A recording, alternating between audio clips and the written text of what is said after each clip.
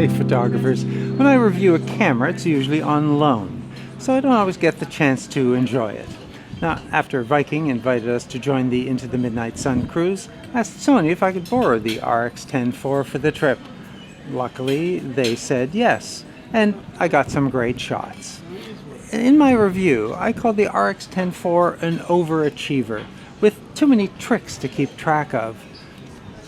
It is on the larger and the heavier side, so I put on a comfy strap, which made walking around with it all day bearable.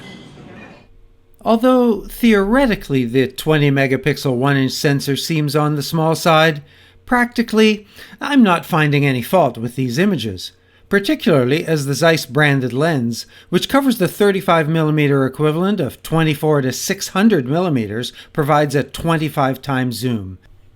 That means that when Captain Malmberg lines up the Viking Sea for us to get a perfect shot at Torghatten, the hole in the mountain, not only can I get a photo of the mountain, but I can get close enough to see that there are hikers going through it. While sea kayaking in Tromsø, I was able to get a good shot of an eagle, while cruising, nice close-ups of some interesting Norwegian boats, and then architectural details in the many places we stopped. I set up stills to record as RAW plus JPEG, and video as XAVCS 4K 30p 100 megabits. I set up the shutter button to record video when the camera's in video mode. That's simpler than fumbling for the video record button.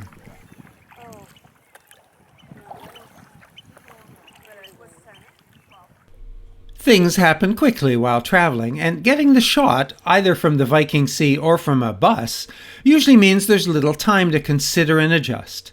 And I shoot both video and stills, and my desire to keep the shutter speed for video at 1/60th requires me to use manual settings for shutter and aperture in video mode, but with auto ISO to simplify the adjustments.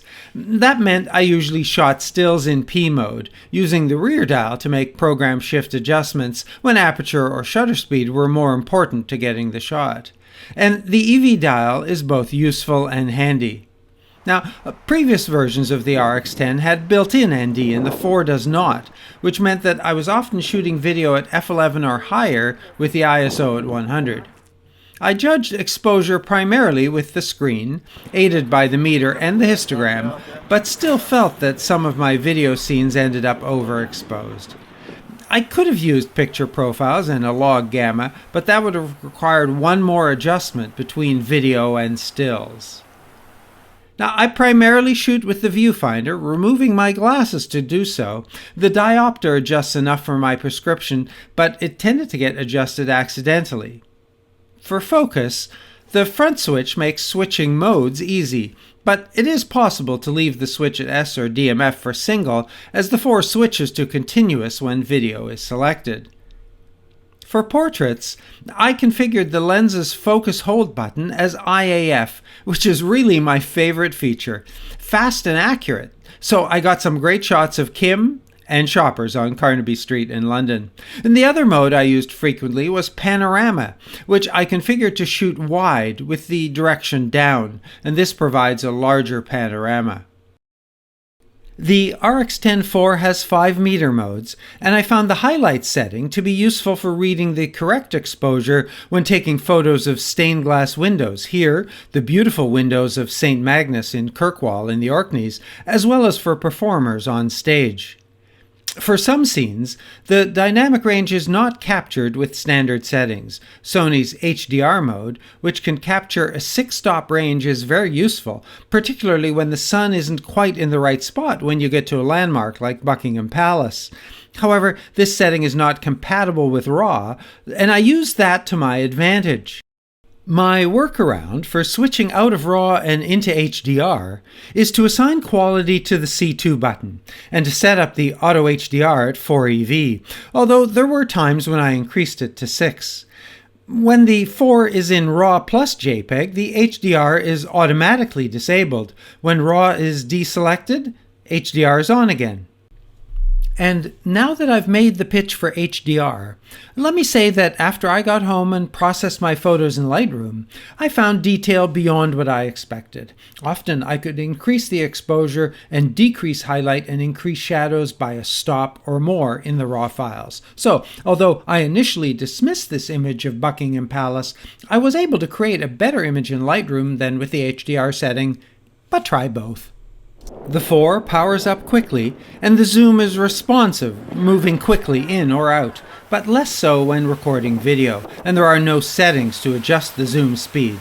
But the lens's zoom-by-wire ring can be used for manual adjustments. The built-in flash is not very useful. The lens's shadow often appears and I found it hard to manage. Even turning the flash compensation down still left Kim looking photoshopped most of the time I tried to use it.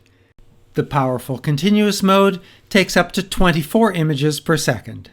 I set the auto ISO maximum to 6400, and when I look at the photos which were taken at 6400, that may have been conservative. These turned out nicely.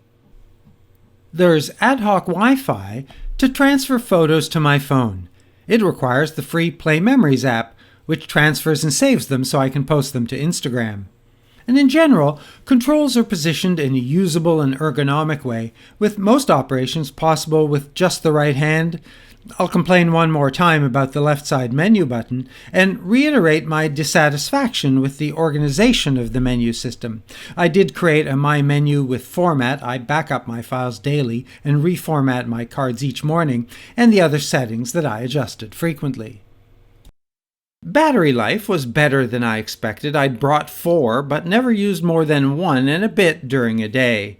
And while the top side info panel seems useful, I didn't often refer to it, and it would be even better if it displayed battery and memory card status when the camera is off. There were lots of features that I didn't use. The RX10 IV has much more to offer than I've demonstrated here, and it is slightly larger than might be ideal for a travel camera. However, if that's the price to pay for having a 25 times zoom, I don't mind. There never was a time where I felt like I wanted to leave it in the room because it was too heavy.